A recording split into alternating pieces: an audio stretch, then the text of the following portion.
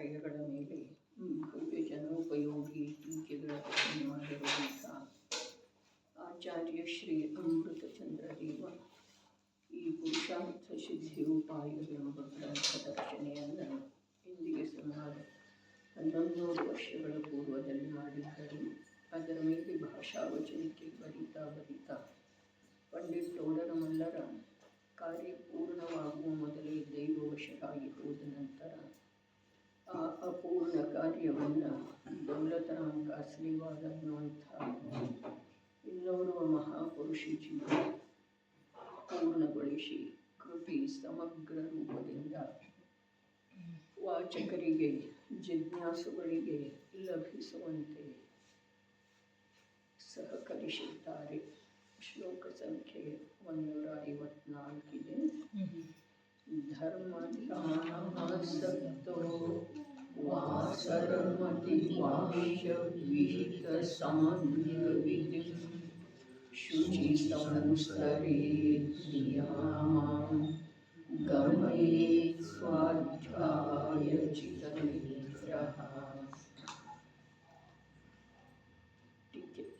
ಉಪವಾಸ ಅಂಗೀಕಾರ ಮಾಡಿದ ಶ್ರಾವಕನು ಧರ್ಮಜ್ಞಾನದಲ್ಲಿ ಲೀನನಾಗಿ ಹಗಲು ಹೊತ್ತನ್ನು ಪೂರ್ಣ ಮಾಡುವನು ಮತ್ತು ಸಾಯಂಕಾಲದ ಸಾಮಾಜಿಕ ಮೊದಲಾದವನ್ನು ಮಾಡಿ 3 ಪ್ರಹರದವರೆಗೆ ಪವಿತ್ರವಾದ ಹಾಸಿಗೆಯ ಮೇಲೆ ಕುಳಿತು ಯಥಾಶಕ್ತಿ ಸ್ವಾಧ್ಯಾಯ ಮಾಡುತ್ತಾ ರಾತ್ರಿಯನ್ನು ವ್ಯತೀತ ಮಾಡುವನು. ಭಾವಾರ್ಥ: ಇದು ಉಪವಾಸ ಧಾರಣದ ದಿವಸವಿರುವುದರಿಂದ ಮಧ್ಯಾಹ್ನದ 12 ಗಂಟೆಯಿಂದ ಸಾಯಂಕಾಲದವರೆಗೆ ಧರ್ಮಧ್ಯಾನ ಮಾಡುವುದು, ಅನಂತರ ಸಾಮಾಯಿಕ ಮಾಡಿ ಸ್ವಾಧ್ಯಾಯ ಮಾಡುವುದು, ನಂತರ ಶಯನ ಮಾಡುವುದು ಮತ್ತು ಯಥಾಶಕ್ತಿ ಬ್ರಹ್ಮಚರ್ಯ ವ್ರತದ ಪಾಲನೆ ಮಾಡುವುದು. ಇದರ ನಂತರ ಪ್ರಾತಃ ಕಾಲದ 4 ಗಂಟೆಯಿಂದ ಹಾಸಿಗೆಯನ್ನು ಬಿಟ್ಟುಕೊಟ್ಟು ಜಾಗೃತವಾಗಿ ಬಿಡಬೇಕಾಗುವುದು. ಅಲ್ಲಿ ಶ್ಲೋಕದೊಳಗ ಜಿತನಿಗ್ರಹ ಶಬ್ದ ಇದೆ. ರಾತ್ರಿಯನ್ನು ಸ್ವಾಧ್ಯಾಯದೊಳಗ ವ್ಯತೀತ ಮಾಡೋದ ಅಂಥೇಳಿ ಆಚಾರ್ಯ ದೇವರ ಅಭಿಪ್ರಾಯ ಇದೆ. ಇಲ್ಲಿ ಭಾವಾರ್ಥ ಟೀಕಾಕಾರರೇನಿದೆ ಅವರು ಶಯನ ಮಾಡುವ ಮಾತು ಹೇಳಿದ್ದಾರೆ. ವಿರೋಧ ಅಂಥೇಳಿ ಕಾಣಿಸ್ತಿದೆ. ಎಲ್ಲಿದೆ ವಿರೋಧ? ಶಯನ ಮತ್ತು ಸ್ವಾಧ್ಯಾಯದೊಳಗ ಶಾಬ್ದಿಕವಾಗಿ ವಿರೋಧ ಇದೆ. ಆದ್ರೆ ಶಯನ ಅರ್ಥಾತ್ ವಿಶ್ರಮಿಸುವುದಿದೆ, ಸ್ವಾಧ್ಯಾಯ ಅರ್ಥಾತ್ ನಿಜದೊಳಗೆ ಉಳಿಯುವುದಿದೆ. ನಿಜದೊಳಗೆ ಉಳಿಯುವುದರ ಹೆಸರೇ ವಿಶ್ರಾಮ ಇದೆ. ಮನುಷ್ಯ ಯಾವುದರ ಸಲುವಾಗಿ ನಿದ್ರೆ ಮಾಡ್ತಾನೆ ಅನ್ನೋದ ಹೇಳಿದ್ದಿತ್ತು ಹೋದ ವಾರ. ನಿಶ್ಚಿಂತ ಆಗ್ತಾನೆ. ತನ್ನ ಯಾವ ಪದಾರ್ಥಗಳ ವಸ್ತುಗಳ ಸಂಗ್ರಹ ಮಾಡಿದ್ದಾನೆ ಅವುಗಳ ರಕ್ಷಣೆಯ ಕುರಿತು ಯಾವಾಗ ನಿಶ್ಚಿಂತ ಆಗ್ತಾನೆ ಮತ್ತು ಯಾವಾಗ ಆ ಪದಾರ್ಥಗಳ ಜೊತೆಗೆ ದಿವಸವೆಲ್ಲ ಆಯಾಸಗೊಂಡಿರ್ತಾನೆ, ಆ ಆಯಾಸದ ಪರಿಹಾರದ ಸಲುವಾಗಿ ನಿದ್ರಿಸ್ತಾನೆ ಮನುಷ್ಯ ಅಂಥೇಳಿ ಹೇಳಿದ್ದಿತ್ತು. ಈಗ ಇಲ್ಲಿ ನಿಜವಾಗಿ ನೋಡ್ರಿ, ಸಾಮಾಯಿಕ ಮಾಡೋದ, ಧ್ಯಾನ ಮಾಡೋದ, ಸ್ವಾಧ್ಯಾಯ ಮಾಡೋದ, ಸ್ತುತಿ ಪಠನಾದಿಗಳನ್ನು ಮಾಡೋದ, ಇವು ಎಲ್ಲವೂ ಏನದವು ಭಾಷ್ಯದೊಳಗ ಕಂಡುಬರುವಂಥ ಕ್ರಿಯಾ ವಿಶೇಷಗಳು. ಆಂತರ್ಯದೊಳಗ ಸ್ವಭಾವ ಸನ್ಮುಖ ಉದ್ಯಮ ಇದ್ದರೆ ಇವೆಲ್ಲವುಗಳಿಗೆ ಧರ್ಮಧ್ಯಾನ ಅನ್ನುವಂಥ ಹೆಸರ ಪ್ರಾಪ್ತ ಆಗ್ತಿದೆ. ವಾಸ್ತವದಲ್ಲಿ ತತ್ವದ ನಿರ್ಣಯ ಮಾಡುವುದನ್ನು ಹೊರತುಪಡಿಸಿ ನಮಗೆ ತಮಗೆ ಬೇರೆ ಯಾವ ಕಾರ್ಯನೂ ಇಲ್ಲ. ತತ್ವದ ನಿರ್ಣಯದಿಂದ ಜೀವನಿಗೆ ಯಾವುದು ಆಗಬೇಕಾಗಿದೆಯೋ ಅದು ತಾನಾಗೇನ ಆಗ್ತಾ ಹೋಗ್ತಿದೆ, ಆಗುವುದು ತನಗೆ ಕಂಡು ಬರ್ತಿದೆ. ಅದರಿಂದ ಲಾಭ ಕೂಡ ತನಗೆ ಪ್ರತ್ಯಕ್ಷ ರೂಪದಿಂದ ಭಾಷಿತ ಆಗ್ತಿದೆ. ಆವಾಗ ಬುಧರನ್ನು ಕೇಳುವುದಿಹುದೇನು ಅಂಥೇಳಿ ಹೇಳಿದರು. ಇನ್ನೊಬ್ಬರನ್ನು ಕೇಳಬೇಕಾಗಿಲ್ಲ. ಅರ್ಹಂತರನ್ನು ಕೂಡ, ಗಣಧರರನ್ನು ಕೂಡ, ಆಚಾರ್ಯ ಭಗವಂತರನ್ನು ಕೂಡ ಕೇಳಬೇಕಾಗಿಲ್ಲ. ನೋಡ್ರಿ, ನಮಗೆ ಯಾವ ಉದ್ಯಮ ಪ್ರತ್ಯಕ್ಷ ಲಾಭದಾಯಕ ಇದೆ, ವ್ಯಾಕುಲತೆ ಆಕುಲತೆಯಿಂದ ನಮಗೆ ದೂರವಿರುವುದ ಪ್ರತ್ಯಕ್ಷ ಅನುಭವದೊಳಗೆ ಬರ್ತಿದೆ, ಆ ಕಾರ್ಯಗಳನ್ನು ನಾವು ಮಾಡುವುದಿದೆ. ಅದರ ಹೆಸರು ಸಾಮಾಯಿಕರೇ ಇರಲಿ, ಧ್ಯಾನವೇ ಇರಲಿ, ಯಾವುದೂ ಹೆಸರಿನ ಮಾಧ್ಯಮದಿಂದ ಯಾವುದೂ ಕ್ರಿಯಾವಿಶೇಷದ ಅವಲಂಬನೆ ಮಾಡುವ ಕೃತ್ರಿಮತೆ ವ್ಯಗ್ರತೆಯೊಳಗ ತತ್ವ ನಿರ್ಣಯ ಅಥವಾ ಆತ್ಮನ ಸಾಮೀಪ್ಯದಿಂದ ದೂರ ಹೋಗುವುದಾಗ್ತಿದೆ. ಧರ್ಮ ಸಹಜ ಇದೆ, ಜ್ಞಾನ ಸಹಜ ಇದೆ, ಜ್ಞೇಯ ಕೂಡ ಸಹಜ ಇದೆ. ಧರ್ಮ ಅರ್ಥಾತ್ ಸುಖ, ಜ್ಞಾನ ಅರ್ಥಾತ್ ಸ್ವಭಾವ, ಜ್ಞೇಯ ಅರ್ಥಾತ್ ಜ್ಞಾನದೊಳಗ ಪ್ರತಿಫಲಿತ ಆಗುವಂಥ ಅನ್ಯ ಪದಾರ್ಥನೂ ಇರಬಹುದು, ನಿಜ ಪದಾರ್ಥನೂ ಇದೆ. ಎಲ್ಲ ಇರುವುದನ್ನೇ ಯಾವ ಪ್ರಕಾರ ಒಂದು ಭೋಜ್ಯ ಪದಾರ್ಥದೊಳಗ 6 ರಸ ಇದ್ರೂ ಕೂಡ ಯಾವ ರಸದ ಪ್ರೀತಿ ಯಾವ ವ್ಯಕ್ತಿಗಿದೆಯೋ ಆ ರಸವನ್ನು ಮುಖ್ಯ ಮಾಡಿ ಅವ ಪದಾರ್ಥದ ಸೇವನೆ ಮಾಡ್ತಾನೆ. ಹೌದು ಅಥವಾ ಇಲ್ಲ? ಉಳಿದ ರಸದ ಅವನಿಗೆ ಸೇವನೆ ಆಗುವುದಿಲ್ಲ, ಹೀಗೆ ಮಾತಿಲ್ಲ. ಆದ್ರೆ ಮುಖ್ಯತೆ ಇರುವುದಿಲ್ಲ. ಅದೇ ಪ್ರಕಾರ ಇಲ್ಲಿ ಒಂದು ಮುಖ್ಯತೆ ಇದೆ, ನನ್ನ ನಿರಾಕುಲತೆ. ಅದರ ಸಲುವಾಗಿ ಜ್ಞಾನಾಜ್ಞೇಯಗಳ ಮಧ್ಯದೇನ ಸ್ವರೂಪ ಹೇಳ್ತಾ ಇದೆ. ಧರ್ಮಕ್ಕೆ ಕಾರಣ ಇದೆ, ಏನ ಜ್ಞಾನ ಮತ್ತು ಜ್ಞೇಯ. ಜ್ಞಾನದ ಸ್ವಭಾವ ಇದೆ. ಮತ್ತೊಮ್ಮೆ ಮನವರಿಕೆ ಮಾಡಿಕೊಳ್ಳೋದು, ಜ್ಞಾನದ ಸ್ವಭಾವ ಇದೆ, ಸಹಜ ಇದೆ ರೀ. ಅದನ್ನು ಸಹಜ ಇರಲಿಕ್ಕೆ ಕೊಡದ್ದನ ಏನೇನು ಮಾಡುವುದೇ ಇದೆ, ಅದೆಲ್ಲವೂ ಏನಿದೆ ದ್ವಿಪಂಚೆಯಲ್ಲಿದೆ. ಬ್ರಹ್ಮಾನಂದ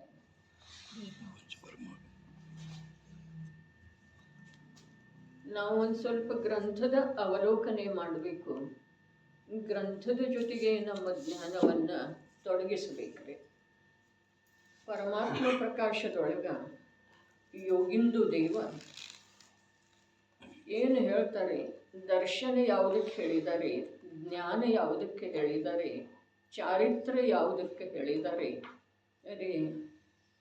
ನೋಡ್ರಿ, ಗ್ರಂಥದ ಮೇಲೆ ಪರಮಮುನಿ ರಾಗದ್ವೇಷಗಳ ಮಾಡುವುದಿಲ್ಲ. ಪರಮಮುನಿ ಅಂದರೆ ಯಾರು? ಪರಮಮುನಿ ಅಂದರೆ ಯಾರು?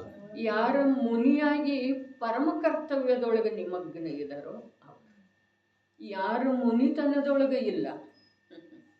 ಮುನಿತನ ಬೇರೆ ಇದೆ, ಮುನಿಯ ಕರ್ತವ್ಯ ಬೇರೆ ಇದೆ. ಮುನಿಯಿಂದ ಯಾವ ಪ್ರಯೋಜನ? ಆ ಪಂಚ ಮಹಾವ್ರತ ರೂಪ ಯಾವ ಮುನಿದಶ ಇದೆಯೋ ಅದರಿಂದ ಯಾವ ಪ್ರಯೋಜನ ಇದೆಯೋ ಆ ಪ್ರಯೋಜನದೊಳಗೆ ತತ್ಪರ ಇರವ ಪರಮ ಮುನಿ. ಇನ್ನೂ ಸ್ವಲ್ಪ ಬೇರೆ ಶಬ್ದಶಃ ಹೇಳಿದರೆ ಪರಮ ಪದದ ಉಪಲಬ್ಧಿ ಯಾವುದರಿಂದ ಆಗ್ತಿದೆಯೋ ಅದರ ಉದ್ಯಮದೊಳಗೆ ಯಾವುದನ್ನು ನಾವು ಪರಮ ಮುನಿ ಅಂದರೆ ತಿಳ್ಕೊಳ್ಳೋದ್ರೆ ಬಹಳ ಇದೆ. ಗ್ರಂಥದ ಮೇಲೆ ನಿಜವಾಗಿ ಈ ಗಾಥೆಗಳ ದೋಹೆಗಳ ಬಹಳ ಅದ್ಭುತ. ಮೊನ್ನೆ ಅಶೋಕನ್ನ ಬಂದಾಗ ಹೇಳಿದರು, ಅಪ್ಪಾಜಿ ಹೇಳಿದರು, ತಾಯಿ ಪರಮಾತ್ಮ ಪ್ರಕಾಶ ಸಂಸಾರಕ್ಕಿಂತ ಏನು ಕಮ್ಮಿ ಇದೆ ನೋಡು ಅಶೋಕ ಅಂಥೇಳಿ ಹೇಳಿದರು ಹೇಳಿದ್ದಾರೆ ಅವರ. ಆದ್ರೆ ಈ ಪರಮಾತ್ಮ ಪ್ರಕಾಶ ಅಪಭ್ರಂಶ ಭಾಷೆಯೊಳಗೆ ದೋಹಾ ರೂಪದಿಂದ ರಚನೆಯಾಗಿದೆ. ಅಪಭ್ರಂಶ ಅಂತಂದ್ರೆ ಗ್ರಂಥಸ್ಥ ಭಾಷೆ ಅಲ್ಲ, ಆಡು ಭಾಷೆ. ಬಾಯಿಲಿ ಬಾರಪ್ಪ ಇಲ್ಲಿ, ಈ ಪ್ರಕಾರ ಆಡು ಭಾಷೆ ಅಂದ್ರೆ ಎಲ್ರಿಗೂ ವಿದ್ಯಮಾನ ಸಮಯದೊಳಗ ಸಹಜವಾಗಿ ತಿಳಿದು ಬರುವಂಥದ್ದು ಒಂದು ಕೃತಿ ರತ್ನ ಇದೆ. ಪ್ರಭಾಕರ ಭಟ್ಟನ ಪ್ರಶ್ನೆಗೆ ಉತ್ತರ ರೂಪವಾಗಿ ಹೇಳಿದರು ಅಂತೇಳಿ ಕಥನೆ ಇದೆ. ವಾಸ್ತವದಲ್ಲಿ ಆ ಪ್ರಕಾರದ ಪ್ರಶ್ನೆ, 2 ಪ್ರಶ್ನೆ ಇದ್ದಾವೆ. ನನಗೆ ತಕ್ಷಣ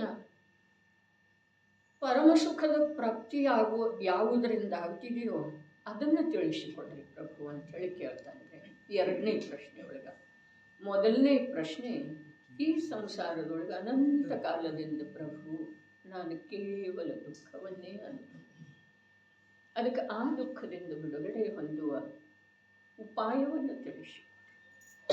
ಇಂಥ ಅಭಿಲಾಷಿ ಜೀವರುಗಳಿಗೆ ಗ್ರಂಥಗಳದ್ದು ಉಪಯೋಗ ಆಗ್ತಿದೆ.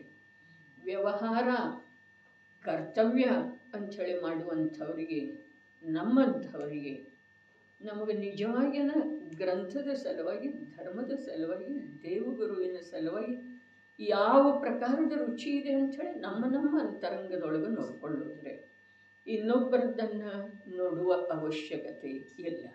ಅರೆ ಇನ್ನೊಂದನ್ನು ನೋಡ್ತಾನೆ ಅನಂತ ಕಾಲ ಕಳೆದಿದ್ದಾರೆ. ಪರವನ್ನು ನೋಡ್ತಾ ಅದು ದೇಹ ಇರಬಹುದು, ಕರ್ಮ ಇರಬಹುದು, ಸಂಯೋಗಿ ಪದಾರ್ಥ ಇರಬಹುದು. ಪರದ ಕಡೆಗೆ ದೃಷ್ಟಿ ಇಟ್ಟ ಅನಂತ ಕಾಲ ವ್ಯತೀತ ಆಗಿದ್ದಾರೆ. ಏನು ಹೇಳಿದರು? ಗ್ರಂಥದ ಮೇಲೆ ಪರಮ ಮುನಿ ರಾಗದ್ವೇಷಗಳು ಮಾಡುವುದಿಲ್ಲ. ಗ್ರಂಥದಿಂದ ಭಿನ್ನವಾದ ಆತ್ಮಸ್ವಭಾವವನ್ನು ಅವನು ತಿಳಿದಿರುವನು. ಅವನು ತಿಳಿದಿದ್ದಾನೆ. ಪರಮ ಮುನಿ ನಮಗೆ ತಿಳಿಯೋದಿದೆ ಅಷ್ಟೇ ಅಲ್ಲೇ, ವ್ಯತ್ಯಾಸ ಇನ್ನೇನಿದೆ? ನಮ್ಮಲ್ಲೇ ಅವರಲ್ಲೇ ಇರುವ ವ್ಯತ್ಯಾಸ ಏನಿದೆ? ಅವನು ತಿಳಿದಿದ್ದಾನೆ, ನಮಗೆ ತಿಳಿಯುವುದಿದೆ. ವಿಷಯಗಳ ಮೇಲೆ ಪರಮ ಮುನಿ ರಾಗದ್ವೇಷಗಳು ಮಾಡುವುದಿಲ್ಲ. ಎಂಥವಾದವರೇ ದೋಹಿಗಳ ಒಂದು ಸಲ ನೋಡಿದರೆ ಜೀವನ ಧನ್ಯ ಆಗ್ತಿದೆ. ವಿಷಯಗಳಿಂದ ಆತ್ಮಸ್ವಭಾವವನ್ನು ಭಿನ್ನವಾಗಿ ತಿಳಿದಿರುವನು ಎಷ್ಟು ಸಹಜ ಇದೆ. ಇಲ್ಲಿ ನಾನು ವಿಷಯ ಎತ್ತುಕೊಂಡದ್ದೇನ? ಧರ್ಮ ಸಹಜ ಇದೆ, ಜ್ಞಾನ ಸಹಜ ಇದೆ, ಜ್ಞೇಯ ಸಹಜ ಇದೆ. ನನಗಿಲ್ಲಿ ಹೇಳೋದಿತ್ತು, ಈ 3 ಮಾತಿನ ಭೂಮಿಕೆಯ ಮೇಲೆ ಏನ ಮಾಡೋದಿದೆ ಜೀವನಿಗೆ ಧರ್ಮ, ಅರ್ಥಾತ್ ಸುಖದ ಪ್ರಾಪ್ತಿ. ಧರ್ಮ ಅನ್ನೋ ಹೆಸರು ಭಯಪಡುವಂಥದ್ದೇನಿಲ್ಲ.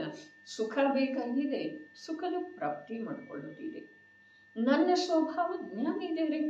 ಹಾಗಾದ್ರೆ ಆ ಜ್ಞಾನಕ್ಕೆ ಏನಾದರೂ ವಿಪರೀತ ಕಷ್ಟದ ಕಾರ್ಯದೊಳಗೆ ಆ ಜ್ಞಾನವನ್ನು ತೊಡಗಿಸೋದ, ಇದು ಸಂಸಾರ ಇದೆ. ಅದನ್ನು ಸಹಜ ರೂಪದಿಂದ ಇರಲಿಕ್ಕೆ ಬಿಡೋದ, ಇದು ನಿಜವಾಗಿ ಧರ್ಮ ಅರ್ಥಾತ್ ಸುಖ. ಅಲ್ಲಿ ಜ್ಞೇಯ ಏನದವು? ಅವು ಸಹಜ ಅದಾವು. ಪ್ರಮೇಯ ಶಕ್ತಿ ಇದೆ ಅಲ್ಲ, ಪ್ರತಿಯೊಂದು ದ್ರವ್ಯದೊಳಗ ಪ್ರಮೇಯ ಶಕ್ತಿ ಇದೆ. ಹಾಗಾದ್ರೆ ಅದು ತಿಳಿದು ಬರ್ತಿದೆ. ಆದರೆ ಅದನ್ನು ತಿಳಿಯುವುದರಿಂದ, ಯಾವುದನ್ನು ತಿಳಿಯುವುದರಿಂದ ಈ ಜ್ಞಾನಕ್ಕೆ ಯಾವ ವಿಶೇಷ ಲಾಭ ಆಗುವುದಿಲ್ಲ. ಪರವನ್ನು ತಿಳಿಯುವುದರಿಂದ ಮತ್ತು ಸ್ವವನ್ನು ತಿಳಿಯುವುದರಿಂದ ವಿಶೇಷ ಲಾಭ ಆಗ್ತಿದೆಯೇನ? ಅರೆ ತಿಳಿಯುವ ಸಹಜ ಕ್ರಿಯೆಯೊಳಗ ಸ್ವಶುದ್ಧಾತ್ಮ ತಿಳಿದು ಬಂದ ಅಂತಂದ್ರೆ ಅಲ್ಲಿ ನಿರಾಕುಲ ಆನಂದ ಇದೆ. ಧರ್ಮದ ಸಲುವಾಗಿ ಎಷ್ಟೆಲ್ಲ ಕಷ್ಟಪಡ್ತಾ ಇದ್ದಾವೆ ಮುಗ್ಧ ಜೀವಗಳು. ಯಜ್ಞೋ ಬಿದ್ನೋ ಅಂಥೇಳಿ ಬೆಳಗ್ಗೆ ಲಘು ಬಗೆಯಿಂದ ಮಂದಿರಕ್ಕೆ ಓಡಿ ಹೋಗುದು, ಗಡಿಯಾರ ನೋಡೋದು, ಓಡಿ ಹೋಗುದು. ಆಯ್ತು. ಇದರಿಂದ ಲಾಭ ಎಷ್ಟಾಗೋದ್ರಿ? ಆತ್ಮನಿಗೆ ಸುಖ ಎಷ್ಟಾಗೋದು? ಆತ್ಮನ ಸ್ವಭಾವ ಜ್ಞಾನ ಇದೆ. ಇಲ್ಲಿ ಶ್ರಾವಕ ಮಾಡ್ತಾ ಇದ್ದಾನೆ ರಾತ್ರಿ ವ್ಯತೀತ. ನಗರದ ಹತ್ತಿರ ಇರುವಂಥ ವಸತಿಕೆಯೊಳಗೆ ಹೋಗಿದ್ದಾನೆ, ಪ್ರೋಷಧ ಉಪವಾಸ ಮಾಡಿದ್ದಾನೆ. ಹಿಂಸೆ ಮೊದಲಾದ 5 ಪಾಪಗಳನ್ನು ಪ್ರತಿಜ್ಞಾಪೂರ್ವಕ ತ್ಯಾಗ ಮಾಡಿದ್ದಾನೆ.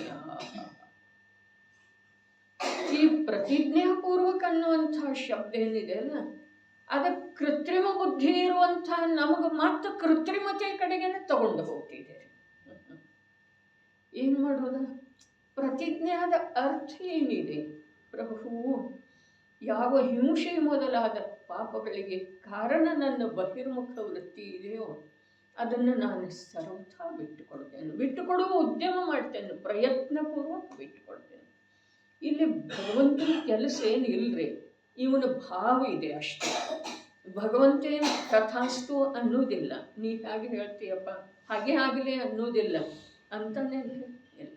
ಆದರೆ ಭಗವಂತರ ಚರಣ ಕಮಲಗಳ ಸಾಕ್ಷಿಯಾಗಿ ಇವನ ಶ್ರದ್ಧೆಯ ಸ್ಥಾನ ಭಗವಂತರಲ್ಲ. ಹೌದು ಅಥವಾ ಇಲ್ಲ? ಹಾಗಾದರೆ ಆ ಪ್ರಭುವಿನ ಚರಣಕಮಲಗಳ ಸಾಕ್ಷಿಯಾಗಿ ಅನಾದಿ ಕಾಲದ ದೋಷವನ್ನು ಶಾಶ್ವತವಾಗಿ ಬಿಟ್ಟು ಹೋಗುವ ಸಲುವಾಗಿ ಒಂದು ಪ್ರಕಾರ ಮನುಷ್ಯನೊಳಗೆ ಸಂಕಲ್ಪ ಮಾಡ್ತಾನೆ. ಸಂಕಲ್ಪಪೂರ್ವಕ, ಪ್ರತಿಜ್ಞಾಪೂರ್ವಕ, ಇಲ್ಲಿ ಶಬ್ದ ಅಂತೂ ಎರಡೂ ಅದವ್ರೆ. ಸಂಕಲ್ಪಪೂರ್ವಕ ತ್ಯಾಗ ಮಾಡ್ತಾನೆ, ಅರ್ಥಾತ್ ನಿರ್ಣಯ ಮಾಡ್ತಾನೆ, ಪ್ರತಿಜ್ಞಾ ಮಾಡ್ತಾನೆ. ಹೊರಗೆ ಹೋಗೋದನ್ನೇ ಇಲ್ಲ. ಕಡಿಮೆ ಇಷ್ಟು ಗಂಟೆ ರೀ, ಎಷ್ಟು ಗಂಟೆ? ಇದೇನು 48 ಗಂಟೆಯ ಉಪವಾಸದ ಹರಣ ಮಾಡಿದೇನಲ್ಲ, ಅಷ್ಟೇ. ನನ್ನ ಉಪಯೋಗವನ್ನು ಹೊರಗೆ ಬಿಡೋದನ್ನೇ ಇಲ್ಲ. ಅದನ್ನು ಇಲ್ಲಿ ಹೇಳ್ತಾ ಇದ್ದಾರೆ. ಯಾವುದರ ಸಲುವಾಗಿ ಆ ಶ್ರಾವಕ ಅಭ್ಯಾಸ ಮಾಡ್ತಾ ಇದ್ದಾನಲ್ಲ, ಆ ಮುನಿ ಜೀವನ ಹೀಗಿದೆ ರೀ. ಪರಮ ಮುನಿ ಏನು ಮಾಡುವುದಿಲ್ಲ? ಗ್ರಂಥದೊಳಗೆ ರಾಗದ್ವೇಷ ಮಾಡುವುದಿಲ್ಲ, ವಿಷಯಗಳ ಮೇಲೆ ರಾಗದ್ವೇಷ ಮಾಡುವುದಿಲ್ಲ, ದೇಹದ ಮೇಲೆ ಮಾಡುವುದಿಲ್ಲ. ಅರೆ, ವ್ರತಾವ್ರತಗಳಲ್ಲಿ ಪರಮ ಮುನಿ ರಾಗದ್ವೇಷ. ಅವ್ರತ ರೂಪದ ಪರಿಣತಿಯನ್ನ, ಪ್ರವೃತ್ತಿಯನ್ನ ಬಿಟ್ಟುಕೊಟ್ಟು ವ್ರತರೂಪದಿಂದ ಪರಿಣಮಿಸಿದ ಮೇಲೆ ನಿರ್ಜನೆ ಆಗ್ತಿದೆ ಅಂದ್ರೆ, ಮೋಕ್ಷ ಸಮೀಪ ಆಗ್ತಿದೆ ಅಂದ್ರೆ ಇಲ್ಲ. ಹಾಗಾದ್ರೆ ಏನಾಗ್ತಿದೆ? ಬಂಧ ಆಗ್ತಿದೆ. ವ್ರತಾವ್ರತಗಳ ಮೇಲೆ, ವ್ರತದ ಮೇಲೇನೋ ಅವ್ರತದ ಮೇಲೇನೋ ರಾಗದ್ವೇಷ ಮಾಡುವುದಿಲ್ಲ. ಈ ರಾಗದ್ವೇಷದ ವಿಸ್ತಾರ ಇದರಲ್ಲಿ, ಅದರ ವಿಸ್ತಾರ ನಮಗೆ ಕಂಡು ಬರಬೇಕು, ತಿಳಿದು ಬರಬೇಕು.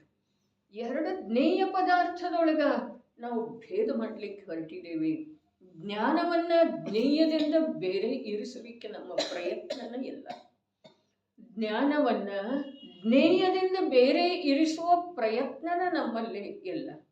ನೋಡ್ರಿ, ಜ್ಞೇಯಗಳಿಂದ ಜ್ಞಾನದ ಭಿನ್ನತೆಯನ್ನು ತಿಳಿದ ಜ್ಞಾನ ಪರಿಣಮನ ಮಾಡಿತು ಅಂತಂದ್ರೆ ಅದರೊಳಗೆ ಸ್ವಜ್ಞೇಯ ಬಂದು ಬಿಡ್ತಿದೆ. ಸ್ವಜ್ಞೇಯ ಬಂದು ಬಿಡ್ತಿದೆ. ಅರ್ಥಾತ್ ಜ್ಞಾನದ ಸಹಜ ಪರಿಣತಿ ಏನಿದೆ ಅದು ಸ್ವಜ್ಞೇಯ, ಅರ್ಥಾತ್ ಸ್ವಭಾವನೆ ಇದೆ ರೀ. ಅಲ್ಲಿ ಮತ್ತೇನು ಜ್ಞೇಯ ರೂಪದಿಂದ ವಸ್ತು ಇದೆ ಹೇಳ್ರಿ? ಜ್ಞೇಯ ಅರ್ಥಾತ್ ಯಾವ ಪರಪದಾರ್ಥಗಳ ಕುರಿತು ಛದ್ಮಸ್ಥನಿಗಂತೂ ಇಂದ್ರಿಯ ಜ್ಞಾನನೇ ಇದೆರಲ್ಲ. ಪರಮ ಮುನಿ ಇದ್ರೂ ಇಂದ್ರಿಯ ಜ್ಞಾನನೇ ಇದೆರಲ್ಲ. ಹೌದು, ಅತೀಂದ್ರಿಯ ಜ್ಞಾನದ ವಿಷಯ ಶುದ್ಧಾತ್ಮ ಅದಲ್ರಿ. ಅತೀಂದ್ರಿಯ ಜ್ಞಾನದೊಳಗೆ ಅವರ ನಿರಂತರ ಉದ್ಯಮಶೀಲ ಇದ್ದಾರೆ. ಆದ್ರೆ ಬಾಹ್ಯದ ಜ್ಞೇಯ ಪದಾರ್ಥಗಳ ಕಾಣಿಸ್ತಾವ, ಅವು ಇಂದ್ರಿಯಗಳಿಂದನೇ ಕಾಣಿಸ್ತಾವಲ್ಲ, ತಿಳಿದು ಬರ್ತಾವ. ಅವು ಇಂದ್ರಿಯಗಳೇ ಮಾಧ್ಯಮ ಇದಾವಲ್ಲ ಅವಕ್ಕೆ. ಹಾಗಾದ್ರೆ ಪರಮ ಮುನಿ ಆ ವಿಷಯಗಳ ಮೇಲೆ ರಾಗದ್ವೇಷ ಮಾಡುವುದಿಲ್ಲ. ಅವರು ಪರಮಪದವನ್ನು ಹೇಗೆ ಸಾಧಿಸ್ತಾರೆ, ಹೇಗೆ ಸಾಧಿಸ್ತಾರೆ ಪರಮಪದವನ್ನು?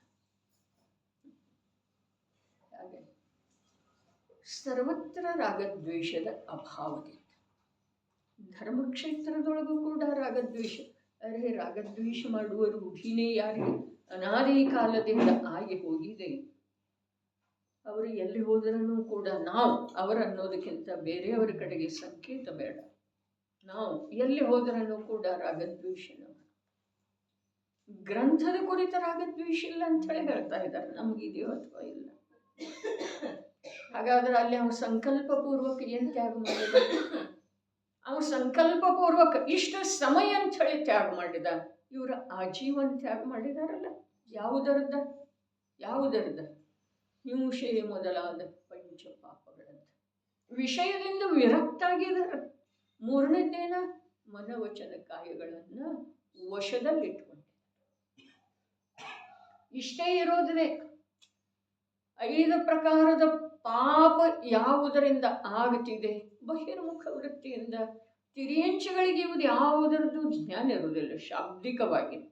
ಆದ್ರೆ ಆ ಸ್ವಯಂಭೂರಮನ ದ್ವೀಪ ಮತ್ತು ಸ್ವಯಂಭೂರಮನ ಸಮುದ್ರದೊಳಗಿನ ತಿರಿಯಂಚಗಳ ಪಂಚಮಗುಣ ಸ್ಥಾನಕ್ಕೆ ಹೇಗೆ ಏರಿದು ರೀ?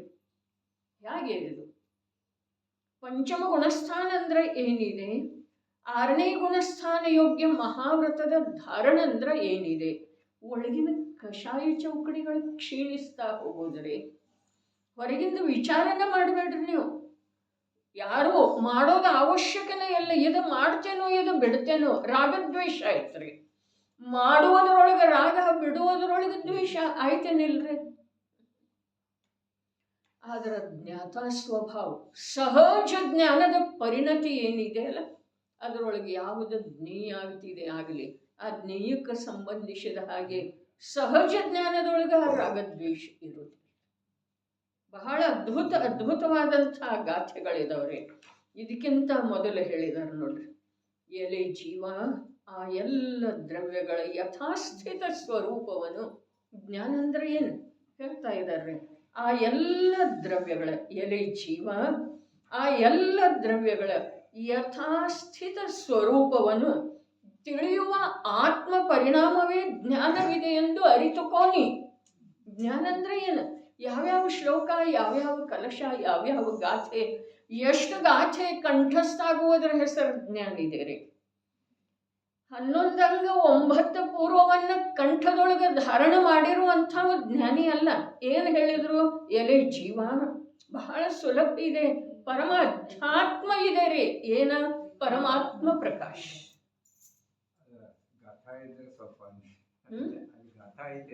ಗಾಥಾನ ರೀ ಇವ, ಬರೀ ಗಾಥಾನ ಇವ ಅಂದ ತೋರಿಸಿದೆ. ಅದ ಬಿಡಿಸಿ ಹೇಳ್ತಾ ಇದೇನೋ ಅದು ರಾಗವಾಗಿ ಅನ್ನೋದಿದೆ.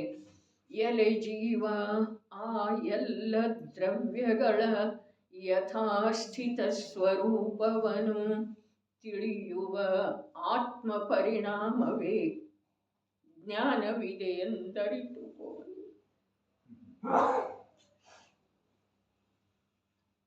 ಅಧ್ಯಯನ ಮಾಡುವುದರದ ನಿಷೇಧ ಇಲ್ಲ, ವಾಚನ ಮಾಡುವುದರದ ನಿಷೇಧ ಇಲ್ಲ. 2 ವಾರದ ಹಿಂದೆ ಹೇಳಿದ್ದಿತ್ತು, ವಾಚನ ಎಷ್ಟು ಮಾಡ್ತಿದೆಯೋ ಅಷ್ಟು ಜ್ಞಾನದ ಸಾರ್ಥಕತೆ, ಜ್ಞಾನ ಬೆಳೀತಿದೆ, ವೃದ್ಧಿ ಆಗ್ತಿದೆ. ಇಲ್ಲ ಅಂತಂದ್ರೆ ಅದು ಕುಂಠಿತ ಆಗ್ತಿದೆ ರೀ. ವಿಷಯ ಕಷಾಯದೊಳಗೆ ತೊಡಗಿದ ಜ್ಞಾನ. ಇನ್ನು ಜನಶಾಸನದ ಅಧ್ಯಯನ ಎಷ್ಟು ಮಾಡ್ತಿದೆಯೋ ಅಷ್ಟು ಜ್ಞಾನದೊಳಗೆ ನಿರ್ಮಲತೆ ಬರುತ್ತೆ. ಮನುಷ್ಯ ಜೀವನದ ಸಾರ ಗ್ರಂಥಾಧ್ಯಯನ ಇದೆ ರೀ. ಮನುಷ್ಯ ಜೀವನದ ಸಾರ ವಾಚನ ಇದೆ ಸಾಮಾನ್ಯ. ಜೈನ ಮನುಷ್ಯನ ಸಾರ ಜಿನಾಗಮಗಳ ಅಧ್ಯಯನ ಇದೆ. ಮಹಾಭಾಗ್ಯದಿಂದ ಜಿನಾಗಮಗಳು ಸಿಕ್ಕಿದವಲ್ಲ. ಯಾಕೆ ಹೇಳ್ತು ಅಂತಂದ್ರೆ, ಚತುರ್ಥ ಕಾಲದೊಳಗೂ ಕೂಡ 9ನೇ ತೀರ್ಥಂಕರ ಆದ ನಂತರ ಧರ್ಮದ ವಿಚ್ಛೇದ 7 ಬಾರಿ ಆಯ್ತು ಅಂತ ಹೇಳಿ ಹೇಳಿದರು. ಅಂದ್ರೆ 16ನೇ ಶಾಂತಿನಾಥ ಪ್ರಭುವಿನವರೆಗೆ ಪ್ರತಿಯೊಬ್ಬ ತೀರ್ಥಂಕರರ ವೇಳೆಗೆ ಧರ್ಮ ವಿಚ್ಛೇದ ಆಗಿದೆ ರೀ 7 ಬಾರಿ ಅಂತಂದ್ರೆ. ಪ್ರತಿಯೊಬ್ಬ ಒಬ್ಬ ತೀರ್ಥಂಕರ ಮೋಕ್ಷಕ್ಕೆ ಹೋದ ನಂತರ ಇನ್ನೊಬ್ಬ ತೀರ್ಥಂಕರ ಆಗುವ ಮಧ್ಯದ ಕಾಲ ಏನಿದೆ ಅಲ್ಲ, ಅಲ್ಲಿ ಧರ್ಮದ ವಿಚ್ಛೇದ ಆಗಿ ಹೋಗಿದೆ. ಇಲ್ಲಿ ಈಗ ತೀರ್ಥಂಕರ ಇಲ್ಲ, ಆದ್ರೆ ಧರ್ಮ ಇದೆ ಅಲ್ಲ, ಪ್ರಭು ಗ್ರಂಥ ಇದಾವಲ್ಲ, ಅಲ್ಲಿ ಜಿನವಾಣಿಯ ಜ್ಞಾನ, ವಾಸ್ತವಿಕ ಜ್ಞಾನದ ವಿಚ್ಛೇದ ಆಗಿ ಹೋಗಿತ್ತು ಈ ಚತುರ್ಥ ಕಾಲದೊಳಗ. ಅದನ್ನ ನಾವು ಹುಂಡಾವಸರ್ಪಿಣಿ ಕಾಲದೋಷ ಅಂತ ಹೇಳಿ ಹೇಳ್ತೇವೆ. ಏನ್ ಬೇಕಾದ್ರೆ ಹೇಳಬಹುದು. ಅಲ್ಲಿ ಚಾಪೆ ಇದೆ ತಗೊಳ್ರಿ ರೂಪಕ, ಹುಂಡಾವಸರ್ಪಿಣಿ ಅಂತ ಹೇಳಿ ಹೇಳಬಹುದು. ಆದ್ರೆ ಚತುರ್ಥ ಕಾಲದೊಳಗೂ ಕೂಡ ಇಲ್ಲದೆ ಇರುವ ಲಾಭ ನಮಗಾಗಿದೆ ರೀ. ಯಾಕೆ ನಮ್ಮ ಜೀವನವನ್ನ ವ್ರತ ಪಾಪ ಪೋಷಣೆ ಏನು ಅವಶ್ಯಕಿಲ್ಲ. ಬಂದು ಹೋಗಿದೆಯಲ್ಲ ಅನರ್ಥ ದಂಡ. ಅಪ್ಪಾಜಿ ಜೀವನದೊಳಗೆ 4 ಬಾರಿ ಹೇಳಿದ್ದೆ ನನಗ. ಏನ ಬರೆಯ ಅನರ್ಥ ದಂಡ ಪಾಪ ಬಿಟ್ಟಿತ್ತು ಅಂತಂದ್ರೆ ಈ ಜೀವ ಸಂಸಾರ ದಾಟೋದು ಸುಲಭ ಆಗ್ತಿದೆ, ಅನರ್ಥದಂಡ. ಅನಾವಶ್ಯಕನೇ ಹೆಚ್ಚು ಮಾಡ್ತೀವಿ. ಆದ್ರ 100ರೊಳಗೆ 98 ಭಾಗ ಅನರ್ಥದಂಡ. ಅದಕ್ಕೆ ಅಪ್ಪಾಜಿ ಸ್ಪಷ್ಟ ಹೇಳಿದ್ರು, ತನ್ನ ಪರಿವಾರದ ಸಲುವಾಗಿ, ತನ್ನ ಇಂದ್ರಿಯ ಸುಖದ ಸಲುವಾಗಿ, ವಿಷಯ ವಸ್ತುಗಳ ಸಲುವಾಗಿ ಎಷ್ಟು ಪಾಪ ಮಾಡ್ತಾನ, ಅದು ಎಲ್ಲ ಒಂದು ಅಂಶದೊಳಗೆ ಬರ್ತಿದೆ, ಉಳಿದದ್ದು ಅನರ್ಥದ. ಇನ್ನೊಬ್ಬರದ ವಿಚಾರ ಎಷ್ಟು ಮಾಡ್ತೀವಿ, ಅವರ ಅಭಾವದೊಳಗೂ ಕೂಡ ಅವರದ್ದು ವಿಚಾರ ಮಾಡ್ತೀವಿ. ಘಟನೆ ಆಗಿ ಹೋಗಿ ಕಾಲ ವ್ಯತೀತ ಆಗಿ ಹೋಗಿದ್ರೂ ಆ ಘಟನೆಯ ಬಗ್ಗೆ ಕೊರಗುತ್ತಾ ಇರ್ತೇವೆ, ಕಷಾಯ ರೂಪ ಆಗತಾ ಇರ್ತೇವೆ. ಇದೆಲ್ಲ ಮನುಷ್ಯಂದ, ಜೈನಂದ, ಅದರಲ್ಲೇ ಆತ್ಮಾರ್ಥದ ಕರ್ತವ್ಯ ಇದೆ ಅಂತ. ಅದಕ್ಕೆ ಜ್ಞಾನಿಗಳು ಹೇಳಿದ್ರು, ಇನ್ನೊಬ್ಬರ ಬಗ್ಗೆ ಅಥವಾ ವಿಷಯ ಕಷಾಯದೊಳಗೆ ಮನಸ್ಸ ತೀವ್ರ ರೂಪದಿಂದ ಲವಲೀನ ಆಗದೇ ಇರುವ ಹಾಗೆ ಅದನ್ನ ಶುಭ ಕಾರ್ಯದೊಳಗೆ ವ್ಯಸ್ತ ಇಡೋದರೆ, ಎಂಗೇಜ್ ಇಡೋದರೆ. ಇದಾದ್ಮೇಲೆ ಅದಾದ್ಮೇಲೆ ಕೇಳೋದು, ಓದೋದು, ಹಾಡೋದು, ಹೇಳೋದು, ಎಷ್ಟಿದವ್ರಿ ಕೆಲಸ. ಸಾಕಷ್ಟು ಇಂಥ ಗ್ರಂಥಗಳು ಬಂದ ಎಷ್ಟು ವರ್ಷ ಆದವ್ರಿ. ಇಂದ್ರಧ್ವಜ ವಿಧಾನದೊಳಗೆ ಪರಮಾತ್ಮ ಪ್ರಕಾಶ ಬಿಡುಗಡೆ ಆದದ್ದಿತ್ತರಿ. ಇಲ್ಲಿ ನಮ್ಮ ಮಹಾವೀರ ಭವನದೊಳಗಾಗಿತ್ತಲ್ಲ, ಆ ವೇಳೆದೊಳಗೆ ಯೋಗಸಾರ, ಪರಮಾತ್ಮ ಪ್ರಕಾಶ, ಮೋಕ್ಷ ಮಾರ್ಗ ಪ್ರಕಾಶ 100 ರೂಪಾಯಿಗೆ ಸೆಟ್ ಕೊಟ್ಟಿದ್ರಿ ಆವಾಗ. ಅಂದ ಬಂದದ್ದು ಇದೆ. ಆದರೆ ಈ ಗಾಥೆಗಳ ಪ್ರಭಾವ ನಮ್ಮ ಮೇಲೆ ಇಂದಿನವರೆಗೆ ಕೂಡ ಆಗಲಿಲ್ಲ. 94ರೊಳಗೆ 91ರೊಳಗೆ ಯಾವಾಗ ನೋಡ್ರಿ, 94ರೊಳಗೆ ಹೇಳ್ತಾ ಇದ್ದಾರೆ, ಎಲೆ ಜೀವ, ಆ ಎಲ್ಲ ದ್ರವ್ಯಗಳ ಆ ಅಂದ್ರೆ ಏನು? ಒಂದು ಜ್ಞಾನವನ್ನು ಹೊರತುಪಡಿಸಿ ಯಾವ್ಯಾವ ಇರವಲ್ಲ ಅವೆಲ್ಲ ಜ್ಞಾನದೊಳಗನ ನಿಜ ದ್ರವ್ಯದ ಪರಿಸ್ಥಾಪನೆ ಮಾಡಿಬಿಟ್ಟಿದ್ದಾರೆ. ಜ್ಞಾನದೊಳಗನ ಅದಕ್ಕೆ ವಿಕಲ್ಪ ಬೇಡ. ನಮಗೆ ಆಗಮದಲ್ಲಿ ಏನು ಹೇಳಿದರು ನೋಡ್ರಿ, ಅನೇಕ ಪಂಥಗಳ ಪಂಗಡಗಳ ಹುಟ್ಕೊಳ್ತಾವ್ರಿ ಧರ್ಮದ ಹೆಸರಿನ ಮೇಲೆ. ಪ್ರತಿಯೊಬ್ಬರೂ ತಮ್ಮದ ಸತ್ಯ ಅಂತಾರೆ. ಆದರೆ ನಮ್ಮ ಜ್ಞಾನ ಏನು ನಾವು ಅಡವಿಟ್ಟಿಲ್ಲಲ್ಲ. ನಮ್ಮ ಜ್ಞಾನದ ಮೂಲಕ ನಮ್ಮ ಕಾರ್ಯ ಆಗೋದಿದೆ. ಸತ್ಯದ ನಿರ್ಣಯ ಇದುವರೆಗೆ ನಮಗೆ ಆಗಲಿಲ್ಲ ಅಂತಂದ್ರೆ ನಿಜವಾಗಿ ಖೇದದ ವಿಷಯ ಇದೆ. ಎಲೆ ಜೀವ, ಆ ಎಲ್ಲ ದ್ರವ್ಯಗಳ ಯಥಾಸ್ಥಿತ ಸ್ವರೂಪವನ್ನು ತಿಳಿಯುವ ಆತ್ಮ ಪರಿಣಾಮವೇ ಜ್ಞಾನವಿದೆ ಎಂದರಿತುಕೋನಿ. ಜ್ಞಾನ ಅಂದ್ರೆ ಏನು? ಅವು ಹೇಗದವ ಹಾಗೆ ತಿಳ್ಕೊಳ್ಳೋದು, ದೇಹ ಹೇಗಿದೆ ಹಾಗೆ ತಿಳ್ಕೊಳ್ಳೋದು, ಪುತ್ರ ಹೇಗದನ ಹಾಗೆ ತಿಳ್ಕೊಳ್ಳೋದು, ಅದಕ್ಕಿಂತ ಹೆಚ್ಚಿಗೆ ಏನಿಲ್ಲ. ಪತ್ನಿ ಹೇಗದಾಳ ಹಾಗೆ ತಿಳ್ಕೊಳ್ಳೋದು. ಮಾಡೋದೇನಿದೆ ರೀ? ಬದಲಿ ಆಗ್ತಾಳೆ. ನಾವು ವಿಚಾರ ಮಾಡುವುದರಿಂದ ಯಾವ ಪರವಸ್ತು ಬದಲಿ ಆಗ್ತಿದೆ. ವಿಚಾರ ಮಾಡುವುದರಿಂದ, ಖೇದ ಮಾಡುವುದರಿಂದ, ರೋಷಾವೇಶ ಮಾಡುವುದರಿಂದ, ಜಪ ಮಾಡುವುದರಿಂದ ಎಲ್ಲ. ಸುಖದ ಉಪಾಯ ಒಂದೇ ಇದೆ. ಸಮಾಧಿ ತಂತ್ರದೊಳಗೆ ಬಹಳ ಸುಂದರ ಹೇಳಿದರು ಪೂಜ್ಯಪಾದ. ಏನ? ಮೃತಕನನ್ನ ಶವವನ್ನು ಶವ ಅಂತ ಹೇಳಿ ತಿಳ್ಕೊಂಡ್ರೆ ಅವನ ದುಃಖ ಬಿಟ್ಟು ಅವನನ್ನು ಜೀವಂತವಾಗಿಸುವ ಸಲುವಾಗಿ ಎಷ್ಟು ಪ್ರಯತ್ನ ಮಾಡಿದ್ರನು, ಜಪ ಮಾಡಿದ್ರನು, ಯಾವ ಪ್ರಯತ್ನ ಮಾಡಿದ್ರನು, ಅವನ ಮೇಲೆ ರೋಷಾವೇಶ ಮಾಡಿದ್ರನು ಅವನು ಜೀವಂತ ಆಗೋದು. ಅದೇ ಶವ ಇದೆ ಅಂತ ಹೇಳಿ ತಿಳ್ಕೊಳ್ಳೋದು ಒಂದೇ ಒಂದು ದುಃಖ ನಾಶದ ಉಪಾಯ ಇದೆ. ಇಲ್ಲಿ ಯಥಾಸ್ಥಿತ ಅಂತ ಹೇಳಿ ಹೇಳಿದ್ರು. ಎಲ್ಲ ಆಚಾರ್ಯರ ಅಭಿಪ್ರಾಯ ಒಂದೇ ಇದೆ. ಏನ? ಆ ಎಲ್ಲ ದ್ರವ್ಯಗಳ ಯಥಾಸ್ಥಿತ ಸ್ವರೂಪವನ್ನು ಯಾವುದು ಹೇಗಿದೆಯೋ ಹಾಗೆ ಯಾವ ಪರ್ಯಾಯ ರೂಪದಿಂದ ಎದುರಿಗಿನ ದ್ರವ್ಯ ಉಪಸ್ಥಿತಿ ಇದೆಯೋ ಆ ಸಮಯದೊಳಗೆ ಆ ರೂಪದಿಂದ ಅದರ ಸ್ವರೂಪವನ್ನು ನಂಬಿ ಬಿಡುವುದಿದೆ. ಬೇರೆ ಇದಕ್ಕಿಂತ ಹೆಚ್ಚಿಗೆ ಸುಖದ ಉಪಾಯ ಬೇರೆ ಯಾವುದೂ ಇಲ್ಲ. ಇದನ್ನು ಬಿಟ್ಟು ಏನೇನು ಮಾಡ್ತೇವೆಯೋ ಅದೆಲ್ಲ ನಮ್ಮ ದುಃಖ ಅಥವಾ ಸಂಸಾರದ ಕಾರಣ ಇದೆ. ನಾವು ಇದನ್ನು ಬಿಟ್ಟು ಉಳಿದದ್ದೆಲ್ಲ ಮಾಡ್ತಾ ಇದ್ದೀವಿ. ನಿಜ ಪರಗಳ ತಿಳಿದು ಶ್ರದ್ಧೆ ಮಾಡಿ ಪರಭಾವಗಳ ತೊರೆಯುವ ಆ ನಿಜ ಶುದ್ಧ ಭಾವವು ಅದು ಜ್ಞಾನಿ ಪುರುಷರ ಚಾರಿತ್ರವಾಗುವುದು.